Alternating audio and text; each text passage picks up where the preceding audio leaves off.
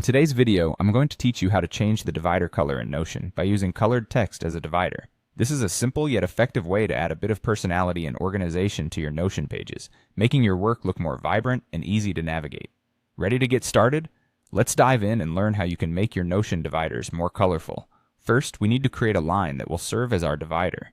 You can do this by typing a line of either dashes, underscores, or box drawing characters. Each of these options will give your divider a different visual effect. For a classic look, use the dash symbol, which gives a straightforward line. If you prefer a more bold separator, underscores might be the better choice. And if you want a nice boxed look, opt for box drawing characters. The option you choose is entirely up to you and how you want your page to appear. Once you've typed out your chosen line, it's time to select that text. Clicking and dragging over the characters will highlight them, making it clear to the system that this is the text you want to edit. You'll notice an editing toolbar appears at the top or bottom of your selection, which brings us to our next step. Now, with your line of text still selected, look for the color option within this toolbar. Clicking on color will present you with a variety of options, including both text and background colors.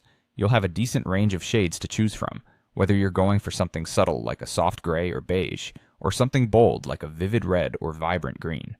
The choice of color can really help your divider stand out or blend with the tone of your page depending on your needs. Once you've made your color selection, take a moment to observe how the new colored divider looks on your page. It should now be easy to see how this simple change can brighten your Notion workspace and make sections easier to distinguish.